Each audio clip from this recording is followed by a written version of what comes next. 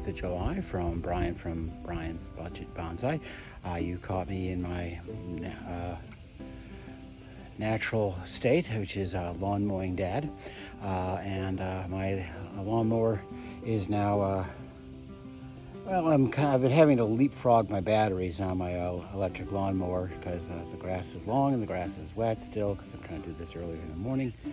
Still hot and sweaty, but right now I have to let some batteries charge, so I figured, let's try a little bit of things with bonsai. So we're in the front yard today, so there's a couple things I wanted to show you. This is our little front garden area here. I had made a little waterfall here. Unfortunately, I didn't do just a great job at making sure it didn't leak, so we have to turn it off on a regular basis because it runs out of water.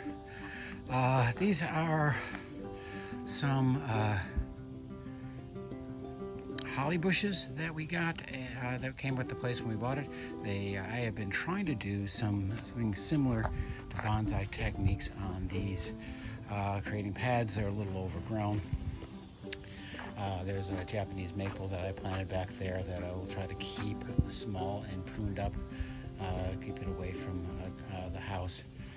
Again, using some bonsai techniques to make it more miniature. This is a weeping willow that was just a little twig that I stuck into the rocks there in the water, and it has rooted up, and you can even see some of the roots that have grown into there. And we're going to just see if this can make a nice little mini weeping willow along the side of the pond.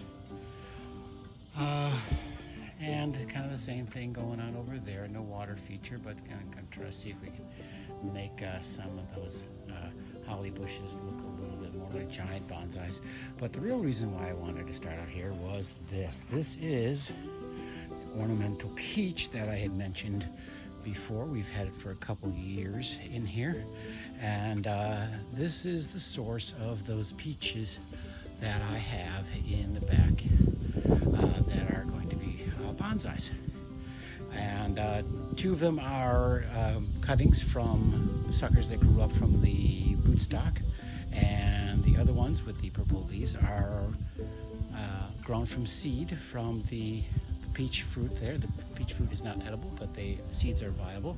And matter of fact, when I put in the little Tai Chi Yin Yang stone feature here in the sand, I had removed the mulch from underneath there, put it underneath the tree, and lo and behold, we got some peaches growing here too, future bonsais.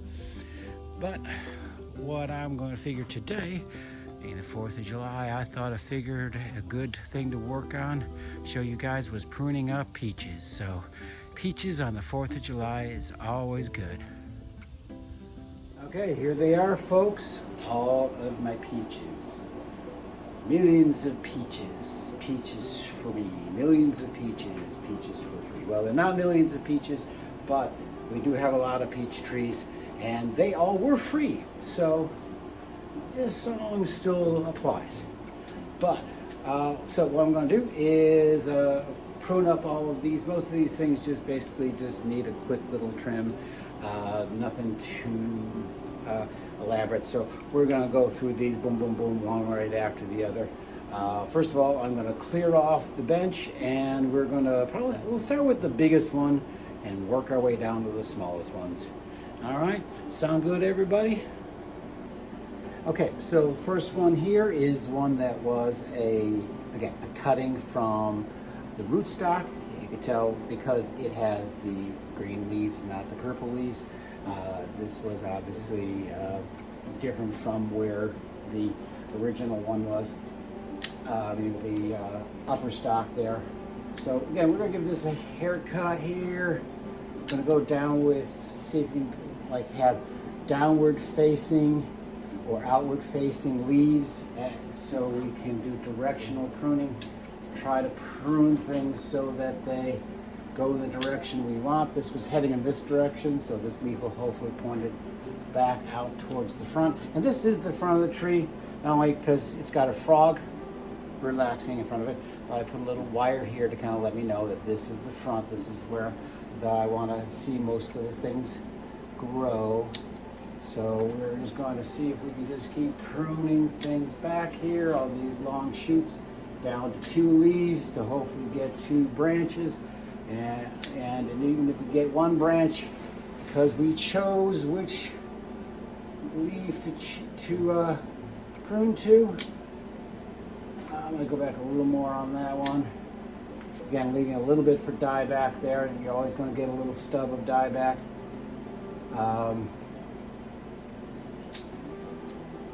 There we go. Just going to keep going, keep going, keep going. Knock this out here real quick.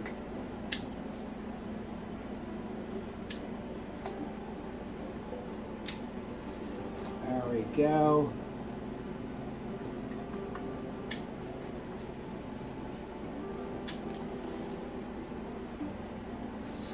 This one's getting kind of long. This one's actually one where I had pruned back. I hadn't actually pruned this one back before. I thought I had pruned back and then this was new growth. All right, so we could actually take this one a little further back. Let's see, what leaf do we want to go to? I'd like to have, we'll go right to there. Make that branch go this way. Turn it around here. See, I had pruned one here, but only got 1 branch out of there, so I could either prune it further back or just go like, okay, we're just gonna go to there. Sometimes you'll get only 1 branch, sometimes you'll get 2, but you try to see if you can keep multiplying and multiplying your branches. There we go. There's the big guy up top. We're gonna go right here. And right there. Let's see if we got all the branches. So I'm going to take this one off here real low here. We don't want that right there. Kind of spoiling where you can see the trunk. I might keep this one. I wouldn't mind having a low branch right here. So we're just going to leave that one alone.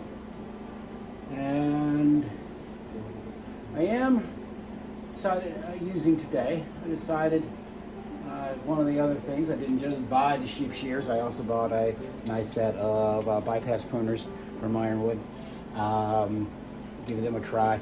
They're really nice. They feel pretty solid. Again, I've used a lot of ones that I've gotten at Aldi or Lidl, and even a few that I've gotten at like Lowe's or Home Depot, but they don't seem to last that long. So we're going to try to see how these go. The Aldi and Lidl ones literally have fallen apart on me while pruning. So yeah, sometimes you got to go with the budget option, but sometimes the budget option means you just buy it more than once. Case in point, I'm going to give that a little trim. I want that to clear up the trunk line just a little bit more. So let's see, if you're looking at that here, somewhere around there is our front. And again, we'll get Mr. Relaxing Frog back in there. All right, next. Okay, now we have a somewhat pseudo forest of peach trees. These are all the seedlings from the one out there, and I have never pruned these back before. These just have been living in here for a while and growing big. You can see there's some at night. This is the dominant one. This one's got the most vigor, and there's ones around back here that have not done as well. And again, that sometimes happens. Genetic diversity, when you have things that are done by seed, some will be a little hardier, some will be a little bit slower to grow, and you can use that natural diversity to kind of like just select for dominant trees and more, well, not submissive, but you know, a little bit more less dominant, I guess, for lack of a better word that escapes me now. So I'm just going to see if I can just maybe trim back growing tips, seeing if I can get some back budding. And more branching. I don't know how this was going to respond to pruning yet, so I'm going to be a little more conservative. I'm not going to try. bare wood yet. I am going to just try to see if I can do a little prune back, directional pruning here.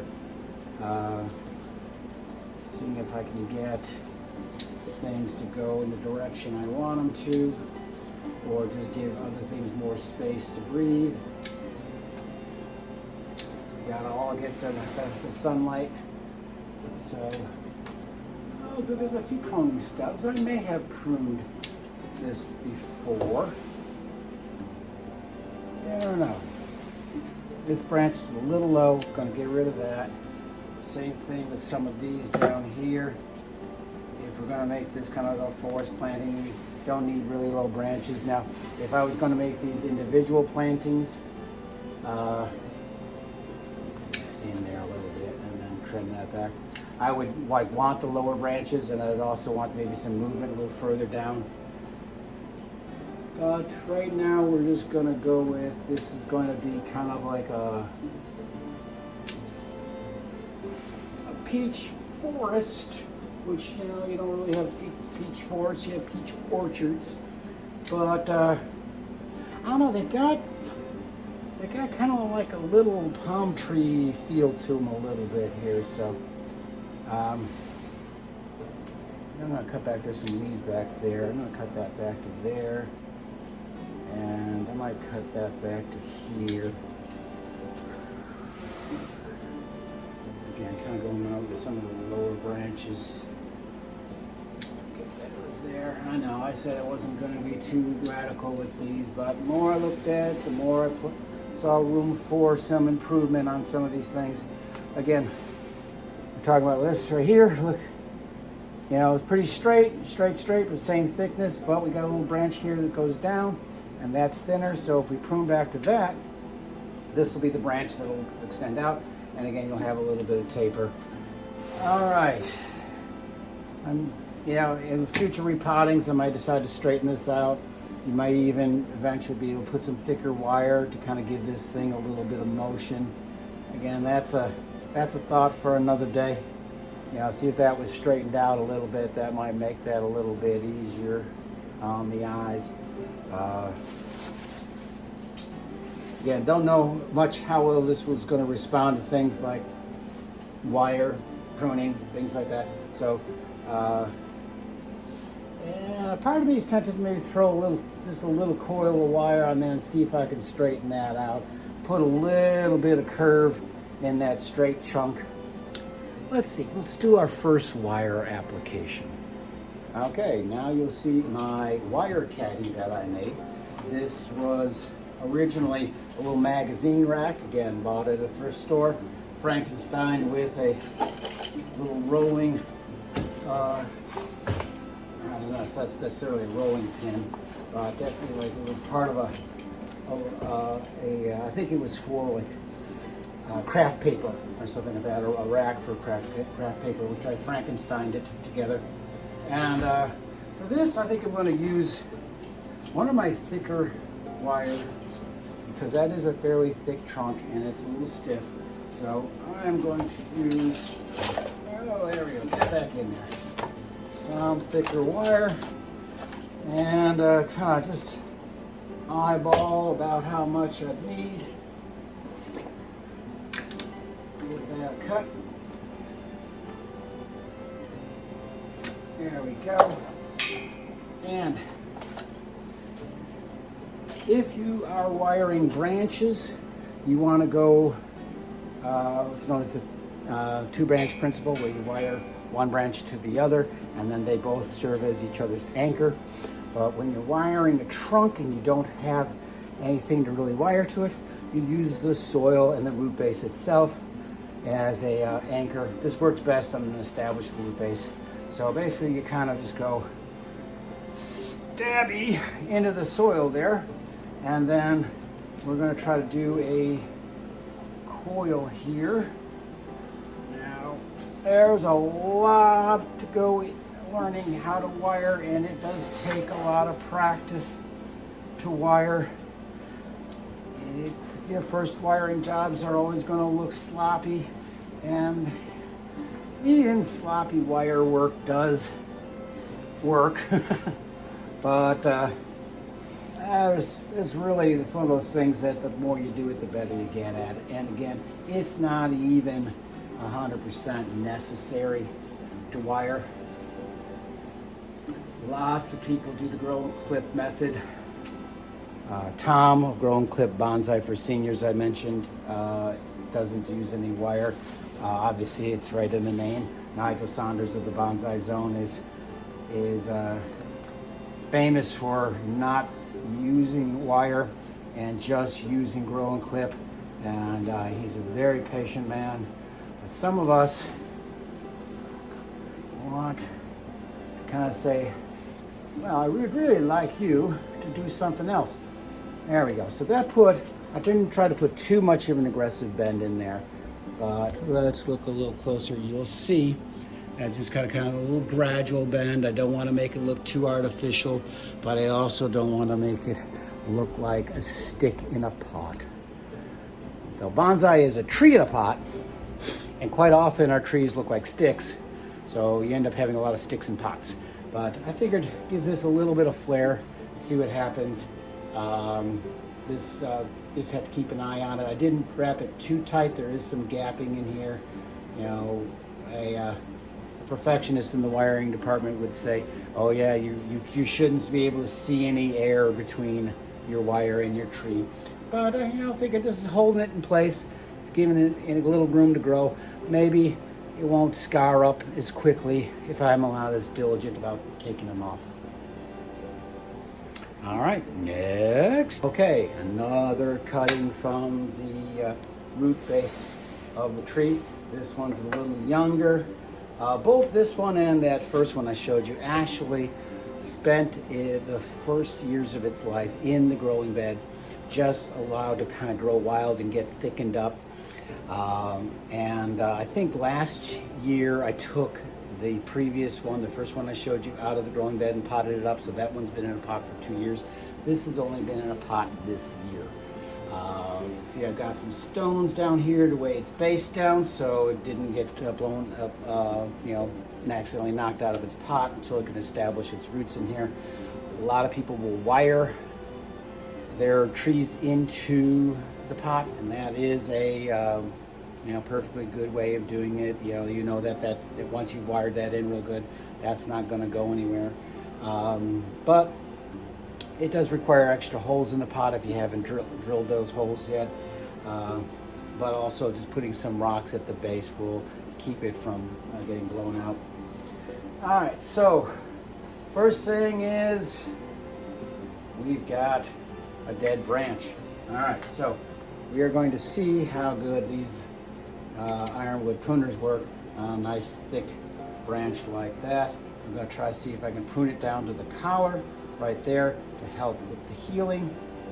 And let's see how close I can get. Ooh, cut it like butter. All right, there we go. There's just a little bit of green on there, but the rest of that branch is dead. And you see the wound there. That's probably, now you can leave that alone and it will heal up like you see some of these other scars. You can also go in, if you do have this, with this kind of curved tool here, a knob cutter, and you can go in there and you can hollow that out a little bit. Let me see if I can get in there.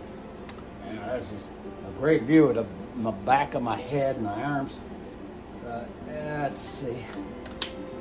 There we go. Get a little bit more in there. And close up. Right there, you can see, if you're on focus right there. That leaves it a little bit more flush, and more likely that when it heals, it'll heal over with not having too big of a lumpy. All right, so the rest is back to down and dirty, nice and simple. You know what? We're going to have to choose some branches here. There's a lot coming from this area here. These two branches here have helped that wound heal. I don't think that this branch is needed. That's a little too close to the other ones. And again, we don't have a front for this tree. Maybe this is the front. I think I like this as the front. It kind of hides some of those scars. And again, you have more of the taper. And if this is the leader is coming towards you a little bit. So those are back branches. So they can really be kind of left alone. We're gonna go, again, prune down to the 2 leaves. Technically, that's another leaf there, so I could actually prune back to this one. That way the next branch is going in this way. These are kind of bar branches. They're not quite at the same level, but they're pretty close. And I've got another one back here. I think if I'm going to make a choice, which one, I think I am going to get rid of this one here, down to just so there's just one branch back there, one on either side here. We may decide to get rid of one or the other. Right now I haven't quite figured out which one, so it gets to live for another year or day, at least another year, before we make any decisions on that. Again, there we go. So all the way back to almost a stick in a pot. But again, this will hopefully give us some more condensed growing, maybe some more back budding in these areas. I'm gonna putty that up real quick. It's a bigger one, so we're gonna take maybe something more of a anemone bean size. There, wet the fingers a little bit, and let's go stick right there. And then we can take a little cut paste. Let me cut that one back just a little bit. Boom. Okay, we're just gonna just dab, dab, dab. And sorry, Tom, I did not pick up. Oh, I made a mess. Did not pick up any lipstick. Hey, maybe this is why he chooses to use the lipstick. Messy. All right, just cover that a little bit there. Just a little dab, dab, dab on the ends of those. And I forgot to do this with the other one, so I'll go back and do that later. What we got in there? Oh, you know what? Yeah, the previous cut, you can see that's where I had the previous cut, and I did not get any growth around there, but I did get growth further down. I could take that off now, but I'm going to leave it there. We might get some branching from that eventually, but just wasn't this year.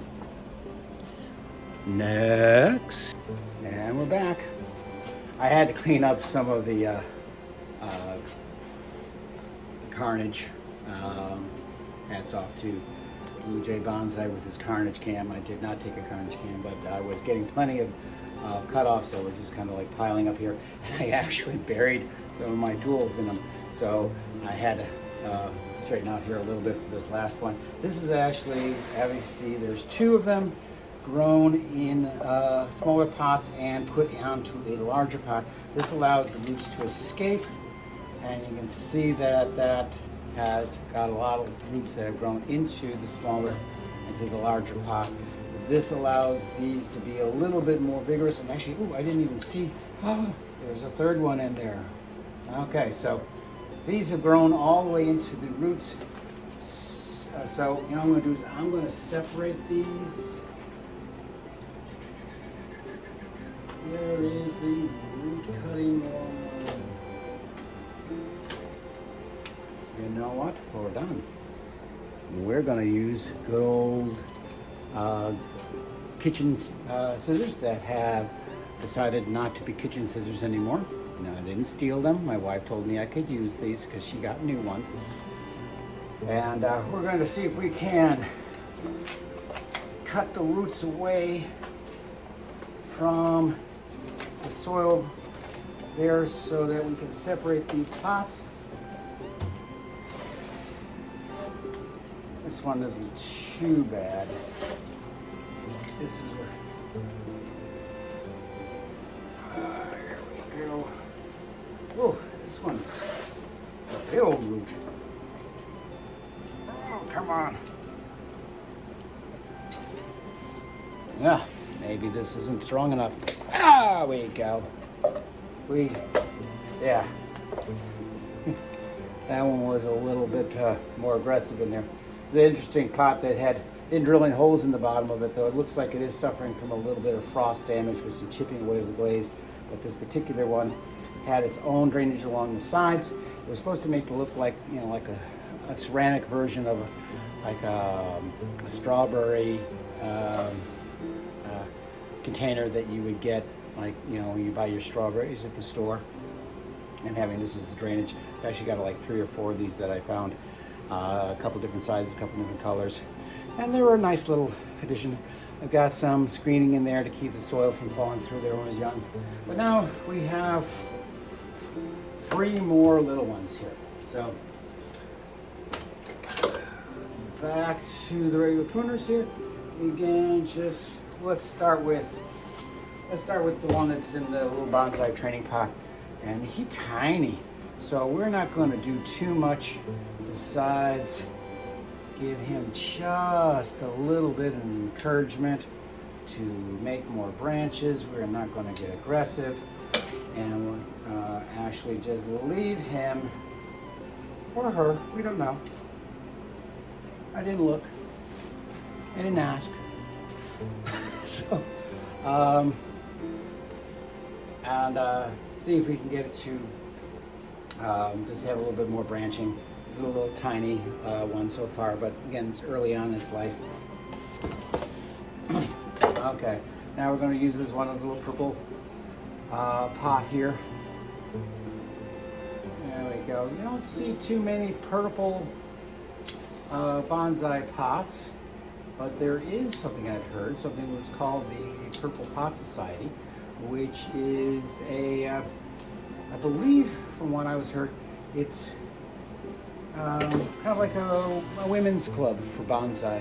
As far as I said, again, I only heard about it once. I thought it was kind of a neat idea. You'll see that most of the time this bonsai stuff is dudes, but there are plenty of ladies out there that are doing that, and they do just as good of a job. So, but they, get some purple pots, and that way this is something that everybody can enjoy, men, women, and other.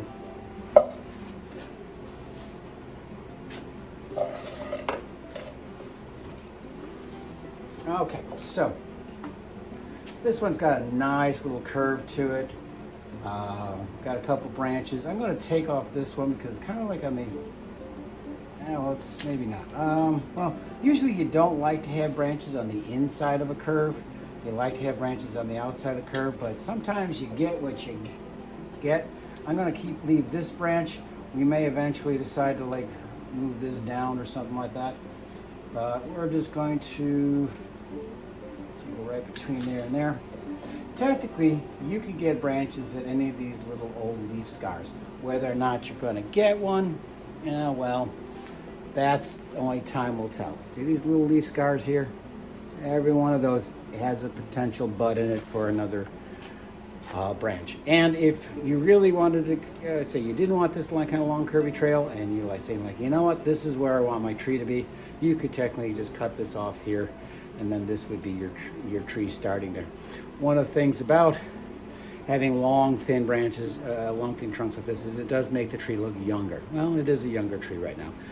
By cutting back all the time, what you're doing is you're allowing the tree to grow, it thickens the trunk, and then you cut it back, and then the new branches that grow are smaller, but the trunk is still the same thickness, and that gives the impression of being an older tree. So that's why a lot of times you'll see people doing what's called trunk chops, where they will just let a tree grow out, and they'll use the whole top of the tree is what they call as a sacrificial leader, and they'll cut it, let it grow all the way up, all the way up, all the way up, like sometimes 3 or 4 feet, and then they'll go back down to these tiny little branches at the bottom, and they'll cut off right above those tiny branches, while the tree still is thinking to itself, I gotta feed this big old tree up top here. But now I don't have that. I still have the root power to do that, but I don't have the leaves right now, so I've got to make more leaves, more branches, and it'll grow out from that trunk top. And that way you can get a short tree with a fat trunk, wide base, but also have branches that are lower down. And then also, if it might form a new leader, and that leader will thicken up faster, and then that will taper from a thicker to a thinner as you do that, as progressive years go on. That does leave big scars, but big scars can eventually heal over. But it does take a lot more time to make your bonsai that way. But that's what we're going for, is learning patience and learning how to do these. These are just starting off in their career. The other ones you can see that have had a few more years head start, thicker trunks, and have already got some movement in them. But again, it'll take probably several years for these to catch up with that. All right. That's all for now. You guys have a happy 4th of July. Again, apologize for the attire. I was mowing the lawn when I decided to stop what I was doing and play with the bonsais a little bit while my battery charged. And I don't hear the charger running anymore, so I think I got a full charge and can finish mowing the lawn. You guys have a happy 4th of July. Be safe. Don't blow your fingers off. And was it Tom from Grown Clip Bonsai for Seniors left a comment on my last video that got me laughing, which is don't celebrate the 4th with a 5th. All right, you guys all stay cool. I almost forgot one. This little peach right here was growing in this bucket. I had set it over to the side, but I pulled it out. It doesn't have a lot of soil in it, but it's actually doing pretty good. So we may combine this with not only a pruning, but also a little bit of a slip potting. Slip potting is when you, like it sounds like, you slip this into another pot, maybe add a little extra soil around there, but you don't mess with the roots. If you do, just minimally, because this is not the time for repotting. If you repot something in this heat, you will kill it. So this is a good way to get this out of just like a nursery pot and into something where you have a little bit more lateral growth. So we're going to look for a pot among all of my junk and see if we can find something that already has some holes in it and maybe just slightly larger than this, maybe no more than like an inch around, wider than this, maybe an inch deeper. Fill it up with some new potting soil, just slip this right in there, make sure I work the soil around it, and then we'll get this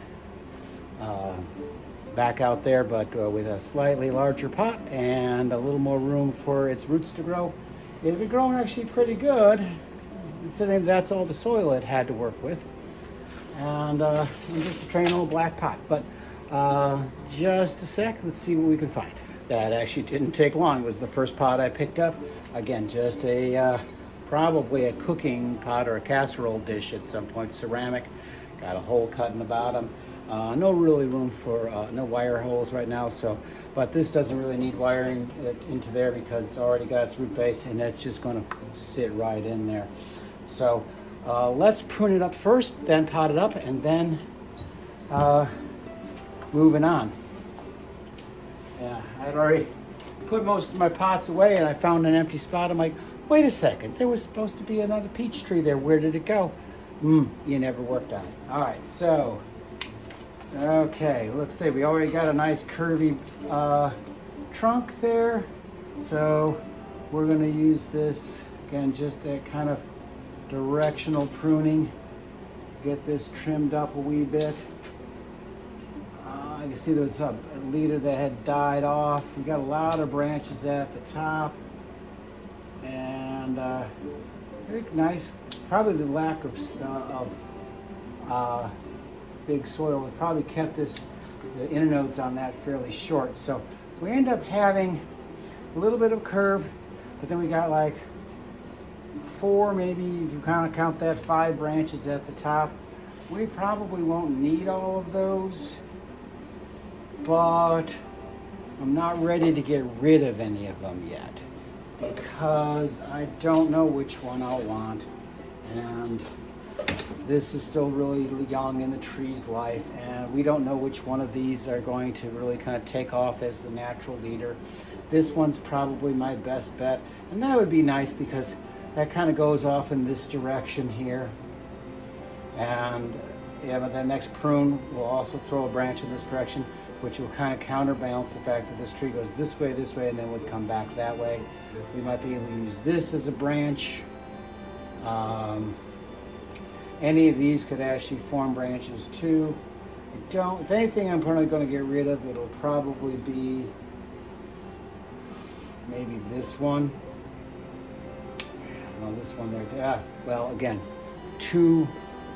there's just a lot of action going on there at the top.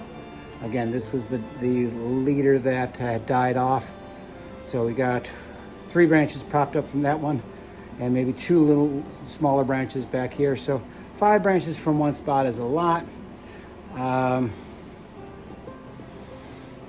Yeah, I'm still thinking maybe I should just leave him until I find out what's going to happen with it, whether it's going to respond. We'll keep an eye on it. We may go back to this later. But again, I'm going to stick with the original plan, just a short little haircut and a slip potting. Alrighty, now, so slip potting. I have used screening material of various types before, like window repair screening, drywall tape. I recently got a package of this material. This material is a little firmer, and it is actually made for I think it's needlepoint. I think is the thing where you basically would use needle and thread and go in there and create pictures on this. I think that's needlepoint. Again, not my bag of tricks. And keep this from sliding around inside there, I am going to take a little bit of wire. Not any big stuff, just some little stuff like this. And again, this is so thin that you can literally cut it with a pair of scissors. You don't necessarily need wire cutters. Here's a little trick, making some bunny ears. Loop like that, and then loop like that. There you go. Flip that down that way, flip that down that way. And what this does, now you can see what I did there. Woo, dude, focus. Right there, I made this little contraption there, wrapping around my fingers. And that goes in there, like that. And that goes into the pot with the little wire sticking out the bottom. And you just fold like that. That holds that in place. And that's basically just to keep this from shifting around while you're adding soil. All right.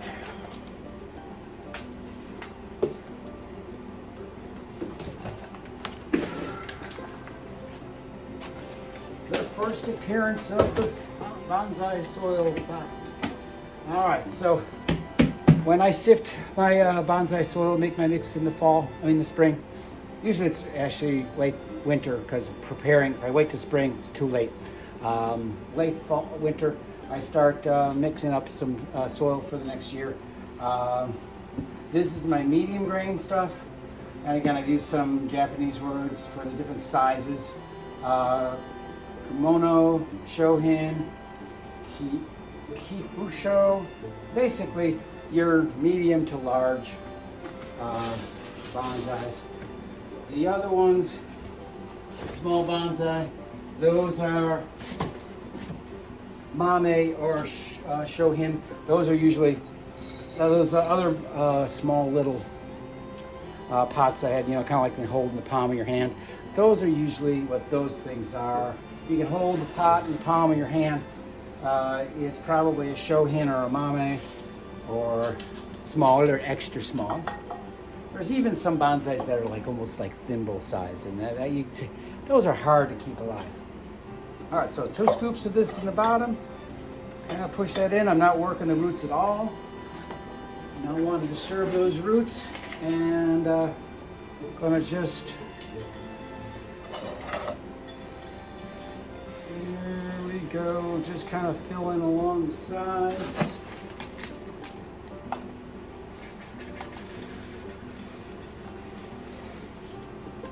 And this is just a mixture of literally cat litter, pumice, some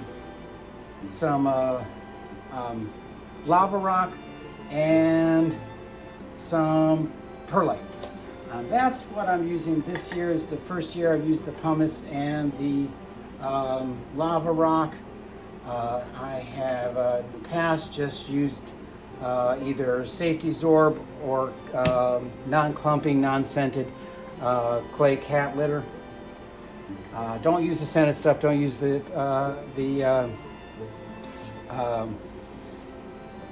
clumping stuff for obvious reasons. You don't want your soil to clump.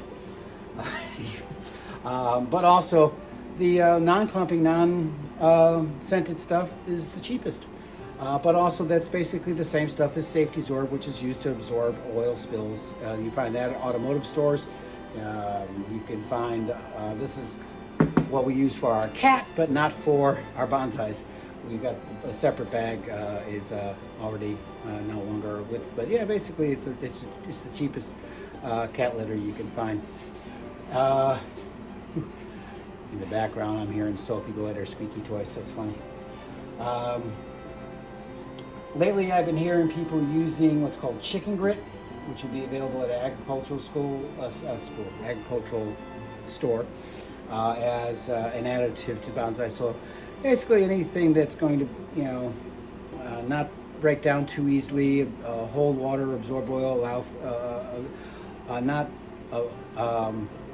not hold water, allow good drainage, but also will hold enough moisture that the soil still will not dry out too fast, but also don't let it get soggy.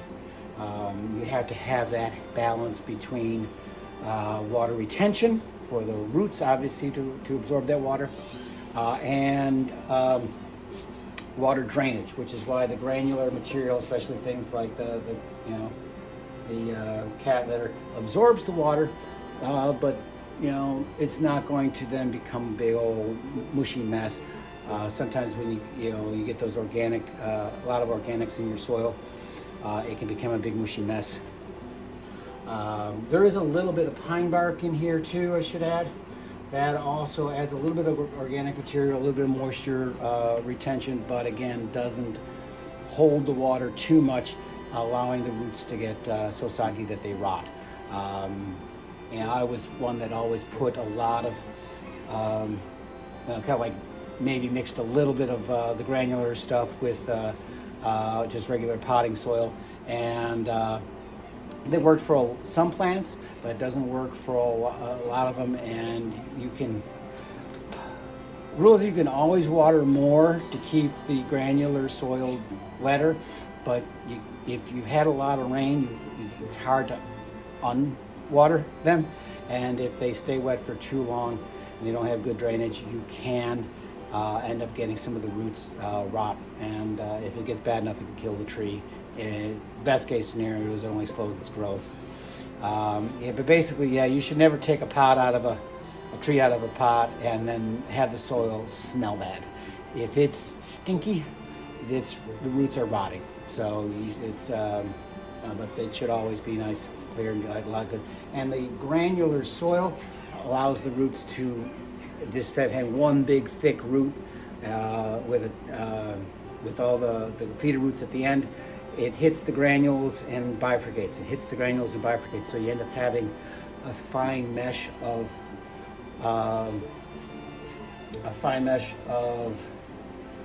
roots in there, and they're almost all feeder roots and none of those big thick roots, because the feeder roots are the one that actually, as the name implies, feeds the tree.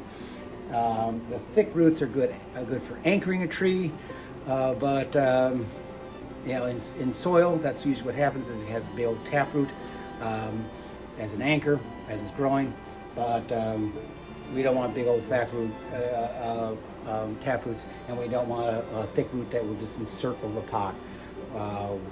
That's why it's important to kind of use this granular soil. Okay, so that was a little bit more of an impromptu add-on because I forgot about this poor baby, and we got a chance to see a little bit of a slip potting, and this is in a little bit more attractive bowl pot than a simple plastic nursery pot. Okay, now this time I am serious. It is goodbye.